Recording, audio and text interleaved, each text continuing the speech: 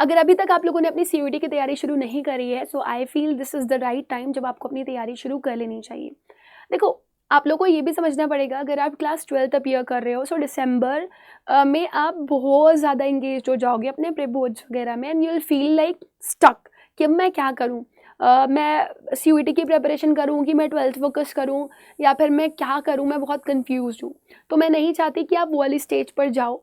ये टाइम आपके लिए बहुत ही ज़्यादा इंपॉर्टेंट है। अभी कल 15 अगस्त है, तो आप सोचो आपका हाफ मंथ अगस्त का चला गया है, एंड अगस्त से सितंबर, सितंबर से अक्टूबर, एंड अक्टूबर से नवंबर, नवंबर के भी हम स्टार्टिंग के 15 डेज ले रहे हैं, क्योंकि बाद में तो आपको फोकस होना पड़ेगा अपने 12th की प्रिपरेशन के लिए। सो ये 3 महीने अगर आपने सिर्फ सिलेबस कंप्लीट कर लिया, तो आप बहुत ही ज़्यादा बेनिफिट में होगे, राइट। अब किसका सिलेबस कंप्लीट करना है? देखो, डोमेन्स तो वही होते हैं जो आप क्लास 12th में पढ़ रहे होते हो, बट CUET में लैंग्वेज और जनरल एप्टीट्यूड टेस्ट ऐसा होता है जो कि आपको स्टार्टिंग से ही पढ़ना पड़ता है। सो सिर्फ 3 महीने मुझे आप लोगों के चाहिए, और उसमें प्रॉपर आपकी प्रिपरेशन चाहिए। अगर ये 3 महीने आप हमारे साथ लग करके तैयारी कर लेते हैं ना, तो आपका CUET कहीं नहीं गया। एंड आपको ये समझना ज़रूरी है बेटा कि लास्ट का टाइम सिर्फ और सिर्फ रिविजन के लिए या मॉक टेस्ट के लिए होता है। आप भूल जाओ कि तब आप सिलेबस कंप्लीट कर पाओगे। सो अगर आपने अभी तक अपनी तैयारी 2026 के लिए स्टार्ट नहीं करी है CUET की, then start now, otherwise you will be too late, है ना। और आपको ये चीज़ समझनी पड़ेगी बेटा कि जब बहुत देर हो जाती है, तब हमारे पास सिर्फ आगे के ही ऑप्शंस बचते हैं, पीछे कुछ नहीं रह जाता। सो आज के इस वीडियो सेशन में मैं Rubaika Aga, your English mentor, will be teaching you कि आप किस तरीके से अपनी CUET की तैयारी कर सकते हैं, एंड स्पेसिफिकली आप इंग्लिश की प्रिपरेशन कैसे कर सकते हैं, जो मैक्सिमम कोर्सेज के लिए काफ़ी ज़्यादा इंपॉर्टेंट है। तो सबसे पहले ना, it's necessary for all of you कि आप CUET का जो सिलेबस है उसको अंडरस्टैंड करें, उसके एग्जाम पैटर्न को अंडरस्टैंड करें, ठीक है। और अभी क्योंकि कोई नया नोटिफिकेशन नहीं आया, तो तब तक हम लोग जो भी 2025 का फॉर्मेट रहा है उसके बेसिस पर ही स्टडी करेंगे। तो जनरली आप लोग के 3 सेक्शंस होते हैं, एक तो लैंग्वेज होता है, दूसरा डोमेन्स होता है, और फिर तीसरा जनरल एप्टीट्यूड टेस्ट होता है, जिसे पहले जनरल टेस्ट के नाम से भी जानते थे हम लोग, राइट। तो लैंग्वेज में आप कोई भी लैंग्वेज चूज़ कर सकते हो, ठीक है ना। कोई भी रीजनल लैंग्वेज हो सकती है आपकी, आप इंग्लिश, हिंदी, है ना, या कोई अदर लैंग्वेज भी चूज़ कर सकते हो, बट मैक्सिमम बच्चे लैंग्वेज एज इंग्लिश चूज़ करते हैं, बिकॉज या तो DU जा रहे होते हैं, BHU जा रहे होते हैं, है ना, और दे वांट कि अभी जाएंगे सेंट्रल यूनिवर्सिटी में, so English will be one of the language जो बहुत ही ज़्यादा यूज़ होगी। फिर सेकंड आता है डोमेन सब्जेक्ट। तो डोमेन सब्जेक्ट वैसे अगर आप DU के लिए जा रहे हो तो आपको वही डोमेन्स लेने पड़ेंगे जो आपके पास क्लास 12th में थे, बट अलग अलग यूनिवर्सिटी का अलग अलग क्राइटेरिया रहता है, ठीक है। वो मैं क्लास के एंड में आपको बता दूंगी कि आप कैसे चेक कर सकते हो कि कौन सी यूनिवर्सिटी के लिए आपको कौन कौन से डोमेन्स देने, ठीक है। तो दूसरा डोमेन्स वाला पार्ट होता है, और तीसरा सेक्शन होता है आपका जनरल एप्टीट्यूड टेस्ट का, जिसमें आपको क्वांट्स पढ़ाई जाती है, रीजनिंग पढ़ाई जाती है, और करंट अफेयर्स और स्टैटिक जीके पढ़ाया जाता है। तो ये अपने आप में ही बहुत वास्ट है, बहुत बड़ा है, ठीक है ना। तो आपने अगर पढ़ना है या आपने CUET की तैयारी करनी है, तो आपके पास एक लैंग्वेज, 3 आपके पास डोमेन्स हो, और एक जनरल एप्टीट्यूड टेस्ट हो। ये 5 कॉम्बिनेशन के साथ आप मैक्सिमम नंबर ऑफ यूनिवर्सिटीज़ के लिए जा सकते हैं। वापस से सुनिएगा मेरे वर्ड्स, एक लैंग्वेज, 3 डोमेन और एक जनरल एप्टीट्यूड टेस्ट। अगर इस 5 कॉम्बिनेशन के साथ आप जाते हैं ना, तो मैक्सिमम यूनिवर्सिटीज़ के लिए एलिजिबल हो जाते हैं, राइट ना। अब अगर मैं आगे बढ़ूँ तो आपको थोड़ा सा और चीज़ एक्सप्लेन करना चाहूँगी। जब आप लैंग्वेज की बात करते हो, तो लैंग्वेज में यू हैव 50 क्वेश्चंस, जिसमें से आपको 50 क्वेश्चन ही अटेम्प्ट करने होते हैं, और आपका जो पेपर होता है ऑल टोटल वो 250 नंबर का होता है, क्योंकि पर क्वेश्चन आपको कितने मार्क्स मिल रहे होते हैं, +5, और हर एक गलत क्वेश्चन के लिए आपको कितना मार्क्स मिल रहा होता है, -1, और अगर आप कुछ अटेम्प्ट ही नहीं करते हैं तो उसके लिए आपको कितना नंबर मिलता है, 0। Getting my point. सेक्शन 2 भी आपका मतलब पिछले साल से ये हुआ है, 50 क्वेश्चन आएंगे, 50 करने। जनरल एप्टीट्यूड टेस्ट में भी 50 क्वेश्चन आएंगे, 50 करने। तो सारे पेपर 250 नंबर के होते हैं। तो अब आप इस चीज़ को समझो कि आपके पास ना चॉइस नहीं है क्वेश्चंस की, कि जो अच्छा अच्छा आता है वो कर ले, है ना। या तो आपको करना पड़ेगा या तो छोड़ना पड़ेगा। अगर आप छोड़ दोगे तो 5 नंबर जाएंगे, और अगर आप करके गलत कर रहे हो तो -1 मार्क्स आएगा, और अगर आप करके सही कर रहे हो तब आपको +5 मार्क्स मिलेंगे। Getting my point. तो आपको ये समझना ज़रूरी है कि आपके लिए यहाँ पर प्रेपरेशन बहुत ज़रूरी है। अगर आप प्रेपरेशन नहीं करेंगे तो 2 चीज़ें होंगी, या तो आप क्वेश्चन छोड़ेंगे या तो आप गलत अटेम्प्ट करेंगे। तो अगर आप क्वेश्चन छोड़ते हैं, ठीक है ना, तो भी आपके मार्क्स जाने, और अगर आप गलत अटेम्प्ट करते हैं तो भी आपके मार्क्स जाने। तो आप सोचो, अगर एक भी क्वेश्चन आपका गलत होता है ना, तो आप कितना पीछे चले जाते हो। और जब आप किसी अच्छी यूनिवर्सिटी में पढ़ना चाहते हो, किसी अच्छे कॉलेज में पढ़ना चाहते हो ना, तो उसकी कट ऑफ बहुत ज़्यादा जाती हैं। अगर मैं सिर्फ एक लैंग्वेज और 3 डोमेन की बात करूँ, तो 1000 में से कम आपको 900 से ऊपर नंबर चाहिए होते हैं अच्छे कॉलेज में पढ़ने के लिए। सो आपको ये समझना पड़ेगा कि आपके मार्क्स में आप बहुत पीछे चले जाओगे। और एक कॉन्सेप्ट यहाँ पर और आ जाता है जिसको आप नॉर्मलाइजेशन बोलते हो, जहाँ पर अलग अलग शिफ्ट में अलग अलग पेपर आता है। अब जहाँ डिफ़िकल्टी लेवल ज़्यादा होगा वहाँ पर तो मार्क्स बढ़ने के चांसेस रहते हैं, लेकिन अगर कहीं पेपर गलती से ईजी आ गया और आपने ज़्यादा क्वेश्चन अटेम्प्ट किए तो आपके मार्क्स कम होने के चांसेस भी हैं। Getting my point? सो इस चीज़ को समझो कि नॉर्मलाइजेशन में सब उलटफेर हो जाता है। ठीक, अब आती है लैंग्वेज। लैंग्वेज बहुत बड़ा खेल है। लैंग्वेज में हमको लगता है कि अरे लैंग्वेज ही तो है, जैसे हम लोग 12th में पढ़ते थे, लिटरेचर पढ़ लिया, हो गया लास्ट मोमेंट पे। अब यहाँ पे आप सीयूईटी के लिए जा रहे हो, कोई बताने वाला ही नहीं है कि लैंग्वेज का सिलेबस इतना ज़्यादा है। Getting my point? तो लैंग्वेज अपने आप में बहुत बड़ा सिलेबस है और 12th से कोई लेना देना नहीं है उसका। आपको रीडिंग कॉम्प्रिहेंशन पढ़ना पड़ेगा जिसमें आपको फैक्चुअल, लिटरेरी और नरेटिव मिलेगा। विकैबुलरी प्रिपेयर करनी है, ग्रामर प्रिपेयर करनी है, सब कुछ, noun, pronoun, adjective, verb, adverb, preposition, conjunction. इसके अलावा आपको नरेशन भी प्रिपेयर करना है, एक्टिव पैसिव भी प्रिपेयर करना है, टेंस भी प्रिपेयर करना है, क्योंकि कुछ भी दे सकते हैं। 23 में दे दिया, 24 में नहीं दिया, फिर 25 में फिर दे दिया। मतलब ये ना बहुत अनप्रडिक्टेबल हैं, पेपर में बहुत ज़्यादा चेंजेस देखने के लिए मिलते हैं। So you have to prepare yourself mentally कि कुछ भी आ सकता है पेपर में, एंड हैव टू प्रिपेयर। फिर रीडिंग वर्ड्स या phrases, reading rearrangement of sentences आप बोलते हो जिन्हें, या पैराजम्बल्स बोलते हो, वो भी आपके एग्जाम्स में आते हैं और कॉन्सिक्यूटिव हर ईयर में आए। रीडिंग कॉम्प्रिहेंशन, विकैबुलरी और रीअरेंजमेंट ये हर ईयर में आया है। मतलब आप 22, 23, 24, 25 में पूछो। और सबसे ज़्यादा किस में आया? 2025 में। सबसे ज़्यादा आरसी किस में आया है? 2024 में। सबसे ज़्यादा विकैबुलरी कौन से ईयर में आई है? 2022 में। बहुत सारे लोगों को लग रहा होगा 2025 में आई थी, बट ऐसा नहीं है। सबसे ज़्यादा विकैबुलरी 2022 में पूछी गई। Next, fill in the blanks आते हैं, हर साल आए हैं, ठीक है ना। कभी विकैबुलरी के ऊपर बेस देता है, कभी ग्रामर के ऊपर बेस देता है, कभी कॉम्प्रिहेंसिव नॉलेज के ऊपर दे देता है। One word substitutions, idiom, phrases और एनालॉजी, इसके भी क्वेश्चन आपसे पूछे जाते हैं। एक अलग से टॉपिक आ जाता है फिगर ऑफ स्पीच। 2023 में लेटर राइटिंग दे दिया था, ठीक है ना, क्लॉजेस दे दिए थे। बच्चों ने सोचा भी नहीं था कि ये भी आ सकता है, पढ़ा ही नहीं था क्योंकि, और अब तो चॉइस भी नहीं, अगर ये आ जाएगा तो क्या करोगे। So it's very simple that you have to prepare, and that too pre preparation रहनी चाहिए आपकी, ठीक है। स्पेशली लैंग्वेज को लेकर के तो बहुत अच्छे से रहनी चाहिए। अगर आप चाहते हैं अपनी रीडिंग कॉम्प्रिहेंशन अच्छी करना, एडिटोरियल्स पढ़िए, अपने आप को 15 मिनट दीजिए ताकि आप रोज़ एडिटोरियल पढ़ पाएँ, और हफ्ते में कम से कम 2 आरसी ज़रूर सॉल्व करो। Take the help of any AI, ठीक है ना, ऐप। आप चैट जीपीटी यूज़ कर लो, परप्लेक्सिटी यूज़ कर लो, गूगल यूज़ कर लो, you will get lots and lots of comprehension. And अगर आप एक पर्टिकुलर सोर्स चाह रहे हो, आप सीयूईटी अड्डा की लैंग्वेज की बुक खरीद लो, उसमें ना प्रीवियस ईयर क्वेश्चंस भी मिल जाएंगे आपको, तो भटकना नहीं पड़ेगा आपको, ठीक है ना। सीयूईटी अड्डा की इंग्लिश लैंग्वेज बुक अभी मैं दिखा दूंगी कहाँ पे मिलेगी। फिर उसके बाद आपको ना इनडायरेक्ट क्वेश्चन ज़्यादा करने हैं, क्योंकि इनडायरेक्ट क्वेश्चन में जैसे पैसेज का टाइटल क्या है, टोन क्या है ऑथर की, है ना, ओवरऑल व्यू क्या है पैसेज का, या पैसेज कहना क्या चाहता है, इस तरह के क्वेश्चन ज़्यादा पूछे जाते हैं। इन्फरेंस बेस्ड कंक्लूजन ड्रॉ करने के लिए दे देता है। सो स्किम एंड स्कैन प्रोसेस बहुत आपको करना पड़ेगा।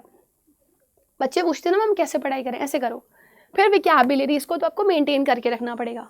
So you have to promise me that every day you will be learning 10 synonym, 10 antonym, मतलब 10 वर्ड्स आप सिनोनिम एंटोनिम के पढ़ रहे हो, all total 20, 10 idioms and phrases and 10 word substitutions. ये आप 6 दिन करोगे। 7th डे यानी कि संडे वाले दिन ना आप कुछ भी एक्स्ट्रा पढ़ लो, वो 40 वर्ड, या तो फॉरेन वर्ड हो जाएगा, या तो आपका होमोनिम्स होमोफोन्स हो जाएगा, या तो फ्रेजल वर्ब हो जाएगा, जो 3 एक्स्ट्रास में रहता है, ठीक है।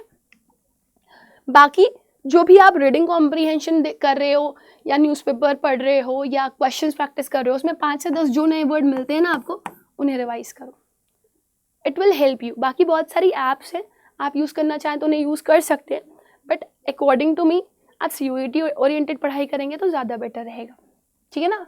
तो आप सीयूईटी की इंग्लिश लैंग्वेज की बुक ले लेंगे तो उसमें भी विकैबुलरी है, अदरवाइज विकैबुलरी वर्ड मैंने खुद लिखी हुई है, ठीक है ना, जो आपकी सीयूईटी स्पेसिफिक क्वेश्चंस आपको प्रोवाइड करती है, तो वो आपको हेल्प करेगी। नेक्स्ट इज ग्रामर में main important topics subject verb agreement, tenses, article, prepositions, sentence correction. ये अच्छे से प्रिपेयर कर लेंगे तो आप काफ़ी आराम से अपने एग्जाम को क्रैक कर लेंगे। नाउ बुक रिकमेंडेशन में मैं सिर्फ 2 ही बुक्स बताऊंगी, सीयूईटी इंग्लिश लैंग्वेज और vocabulary word. These 2 books are important. Next, practice and mock test, तो बहुत इंपॉर्टेंट टॉपिक्स हैं। पहली चीज़, सुनिएगा ध्यान से, बहुत इंपॉर्टेंट है। देखिए, अगर आपने पढ़ाई कर ली लेकिन आपने प्रैक्टिस नहीं करी तो फिर आप अटकेंगे, आप अपनी प्रिपरेशन को कंप्लीट नहीं कर पाएंगे। सो जब आपका एक चैप्टर कंप्लीट हो जाए ना, तो आप वही CUET अड्डा की बुक ले करके अपनी प्रैक्टिस शुरू कर दीजिए, ठीक है ना। और जब आपको लगे कि आपका 70% सिलेबस कंप्लीट हो गया है, तो आप मॉक टेस्ट देना शुरू कर दीजिए। And this is for every subject, चाहे आप लैंग्वेज पढ़ रहे हो, चाहे आप डोमेन्स पढ़ रहे हो, चाहे आप जनरल एप्टीट्यूड पढ़ रहे हो। इसमें क्या हेल्प मिलेगी आपको, जब आप पूरा मॉक टेस्ट करके उठेंगे ना, तो आपको समझ में आएगा कि आपने गलतियां कहाँ करी हैं, ठीक है ना। और गलतियां जब आप कर रहे होंगे ना, तो उसे रीचेक करेंगे, हर बार रीचेक करेंगे तो उससे क्या होगा, रीचेक करने से आपको पता चलेगा आप कहाँ गलत हो या कहाँ सही हो। और जब आप नेक्स्ट टाइम करोगे ना पेपर, तो आपकी स्पीड और एक्यूरेसी बढ़ रही होगी। मॉक टेस्ट आपको सबसे ज़्यादा इस चीज़ में हेल्प करता है। आपका वहाँ पर टाइम लिमिटेशंस रहेगा, कितने मिनट में आपको पेपर करना है, 60 मिनट मिलते हैं हर पेपर के लिए अब, है ना। तो आपकी अपनी स्पीड और एक्यूरेसी भी मेंटेन होनी चाहिए, right. Next, previous year paper ज़रूर लगाइए, 22, 23, 24, 25, ये सब आपको अड्डा की बुक में मिल जाएगा, ठीक है ना, जो आपको हेल्प करेगा पेपर अंडरस्टैंड करने में। ठीक, अब रही बात आपके डोमेन्स की, तो डोमेन्स के लिए आपने कुछ नहीं करना है। अगर आप बहुत वीक हैं, आपको बुक्स वगैरह पढ़नी नहीं आती हैं, तब आप बैच का सहारा ले सकते हैं। अदरवाइज आप डोमेन्स में सिर्फ NCERT भी फॉलो कर लेंगे ना, लाइन बाय लाइन, तो आपके लिए वो सफिशिएंट होगा, ठीक है। और वहीं अगर आप जनरल एप्टीट्यूड टेस्ट की बात करेंगे, तो हाँ, इसमें आपको गाइडेंस की ज़रूरत पड़ेगी, या आप किसी बुक से नहीं पढ़ सकते, तो वो आप अड्डा CUET अड्डा के चैनल को फॉलो कर सकते हैं। अगर आप अच्छे हैं, कंसंट्रेशन अच्छा है आपका, तो आप YT फॉलो कर लो, नहीं तो आप एक स्ट्रक्चर्ड पेड बैच भी ले सकते हो। आपका दिन भर का रूटीन क्या होना चाहिए, 2 घंटे आप इंग्लिश को दीजिए, जिसमें RC, ग्रामर और विकैबुलरी तीनों पैरेलल इंक्लूड होना चाहिए। 15 मिनट से आधे घंटे आप RC को दे सकते हैं, ठीक है ना, या हाफ एन आवर दे दीजिए। जो टाइम बच जाएगा ना, उसको कहीं और यूटिलाइज कर सकते हैं आप। 15 से 30 मिनट आप विकैब को दीजिए, और 1 घंटा पूरा ग्रामर के एक टॉपिक को। ऐसे आपका 2 घंटा यूटिलाइज हो जाएगा। फिर अगले 2 घंटे आप डोमेन सब्जेक्ट पढ़ लीजिए। अब आपको लगेगा कि अरे मेरे पास तो 4 डोमेन्स हैं या 3 डोमेन्स हैं, तो मैं कैसे पढ़ूँ, अल्टरनेट कर लीजिए, है ना। एक दिन में 2 डोमेन्स पढ़िए, ज़्यादा मत पढ़िए, 1 घंटे 1 घंटे। पहले सिलेबस कंप्लीशन पे ध्यान दीजिए, बाद में प्रैक्टिस कर लीजिएगा। फिर 1 घंटे आप इसको दे दीजिए, जनरल टेस्ट, लॉजिकल रीजनिंग को। तो आप छोटे छोटे से कॉन्सेप्ट पढ़ेंगे ना, आधे घंटे पढ़ लिया, आधे घंटे वो पढ़ लिया, तो आपको काफ़ी हेल्प मिल जाएगी। बाकी जो आप दिन भर का 15 मिनट 20 मिनट निकालेंगे ना, उससे आपका करंट अफेयर्स और जनरल नॉलेज वाला जो पार्ट है वो हो जाएगा। 30 मिनट अपने रिविजन के लिए ज़रूर निकालिएगा, या अगर आप मॉक दे रहे हैं 70% सिलेबस कंप्लीट करने के बाद, तो मॉक एनालिसिस के लिए रखिएगा, वो आपको हेल्प करेगा, ठीक है। वीकली प्लान आपका क्या होना चाहिए, मंडे टू फ्राइडे आपको स्टडी करनी है और प्रैक्टिस करनी है, ठीक है, वही जो हाफ एन आवर वाली प्रैक्टिस मैंने रखी है। सैटरडे में आप एक मॉक टेस्ट दे दीजिए, इनिशियल लेवल में मत दीजिएगा, कॉन्फिडेंस लो होगा 70% सिलेबस कंप्लीट करने के बाद। अच्छा मैम, 70% सिलेबस का कंप्लीट ना हुआ हो तब क्या करें, तो प्रैक्टिस करो, प्रैक्टिस प्रैक्टिस प्रैक्टिस, है ना। और संडे क्या करिए, रिविजन। और रिविजन के अलावा जो भी आपने मॉक टेस्ट दिए या प्रैक्टिस किया, तो उसमें जो गलतियाँ हुई उनको यहाँ पे सुधार रहे हो वापस रीचेक करके, तो ये संडे रिविजन का टाइम होगा आपका, ठीक है ना। ना प्रो टिप्स अगर मैं दूँ आपको, तो जितनी जल्दी स्टार्ट करेंगे उतना अच्छा है। तो मैंने बोला अगस्त बेस्ट टाइम है। बोर्ड को मत निगलेक्ट करिएगा, क्योंकि डोमेन्स वाला पार्ट उसी में ही अलाइंड है, मतलब आपकी 12th की प्रिपरेशन के साथ ही आपकी CUET की प्रिपरेशन होनी है, right. Next, consistency is the key. आपको लग रहा है आपसे नहीं हो पा रहा है, बट फिर भी आपको अपने दिमाग को ट्रेन करना है, आई हैव टू डू। आपने जहाँ पे भी स्टडी टेबल है ना, उसके सामने अपनी वो यूनिवर्सिटी की फोटो लगा करके बैठ जाओ जहाँ पे आपको जाना है, एकदम पागलों की तरह पढ़ाई करो, and you will crack it. Revision regularly करना है, स्पेशली विकैबुलरी, ग्रामर रूल्स हो गए आपके। स्पेसिफिकली अगर करंट अफेयर्स की बात करूँ, तो वो जो भी पढ़ रहे हो उसको टाइमली रिवाइज कर लो, कोई फॉर्मूलाज वगैरह है तो उनको टाइमली रिवाइज कर लो, इट विल हेल्प, है ना। टेस्ट सीरीज बहुत इंपॉर्टेंट है, और टेस्ट सीरीज अगर आप मार्च से भी स्टार्ट करते हैं तो कोई दिक्कत नहीं है। अगर आपको लग रहा है कि आप अभी सिर्फ सिलेबस कंप्लीशन पे ध्यान दे रहे हो, प्रैक्टिस पे ध्यान दे रहे हो, तो आप मार्च से टेस्ट सीरीज ले सकते हो, प्रोफेशनल, है ना। सो आई होप इतना क्लियर हो गया होगा। बाकी ये मेरा टेलीग्राम चैनल है, इस पर आप मेरे साथ कनेक्ट कर सकते हैं। मैं टाइमली मीट करती रहती हूँ, अगर कोई गाइडेंस चाहिए होती है तो मैं आप लोगों को देती रहती हूँ। तो सैटरडे मोस्टली की टाइम होता है इवनिंग का, मतलब 9 से 10 का टाइमिंग होता है, जिसमें हम लोग मीट करते हैं। कभी कभी टाइम चेंज भी होता है तो मैं बता देती हूँ, but this is the time, next आपका जो बैच है, ठीक है ना, अभी आप लेना चाहोगे तो इट इज़ ऑन 47% डिस्काउंट। मैं आपको स्पेसिफिकली बोलना चाहूँगी, इससे बड़ा डिस्काउंट ऑफर आपको अड्डा में कभी भी नहीं मिलता है। तो अड्डा का कोई भी बैच आप खरीदोगे 47% ऑफ मिल रहा होगा। कैसे? 45% आपको वैसे ही ऑफ दिखा रहा है, 2% आपको फैकल्टी कोड पे मिल जाता है। अगर आप Y484 कोड यूज़ कर लोगे तो आपको डिस्काउंट मिल जाएगा। तो आप देख सकते हो यहाँ पर, अगर आप लैंग्वेज GAT का बैच लोगे तो 4436 दिख रहा है, 4200 के आसपास मिल जाएगा। वहीं अगर आप थोड़ा सा आगे जाओगे, है ना, लाइक डोमेन्स के साथ वाला, 2 लैंग्वेजेस डोमेन्स और जनरल एप्टीट्यूड टेस्ट वाला, तो आपको 6400 का दिखाई दे रहा है, 6200 का मिल जाएगा। But for which code? Y484। So you have to use it, है ना। तो आप देख सकते हो आपको करना क्या है, मैं आपको बता देती हूँ। आप अड्डा के स्टोर पे जाना, ठीक है। आप अड्डा के स्टोर पे जाओगे, इंडियाज़ लार्जेस्ट वर्नाक्युलर प्लेटफॉर्म पे, ऑल कोर्सेज पे जाओगे, UG PG एग्जाम्स में जाओगे, साइंस कॉमर्स ह्यूमैनिटीज सब अवेलेबल है। और हर बैच में आपको लैंग्वेज और GAT इंक्लूडेड मिलेगा। तो सपोज आप साइंस के बैच पे गए, है ना, आपने बैच लेना था, आपने क्लिक किया। देखो, साइंस वाले बच्चे साइंस पे जाएंगे, आर्ट्स वाले बच्चे ह्यूमैनिटीज़ पे जाएंगे, कॉमर्स वाले बच्चे कॉमर्स पे जाएंगे। तो आपको यहाँ पर 2 लैंग्वेजेस डोमेन्स, ठीक है ना, और जनरल एप्टीट्यूड टेस्ट सब कंबाइंड मिलेगा। इसके साथ साथ मॉक टेस्ट और ई-बुक्स भी अटैच मिलेंगी। तो अपनी प्रेपरेशन आप अच्छे से कर सकते हो। You can also use one code that is Y484, ठीक है ना। तो Y484 आप कोड यूज़ करके मैक्सिमम डिस्काउंट ले सकते हो।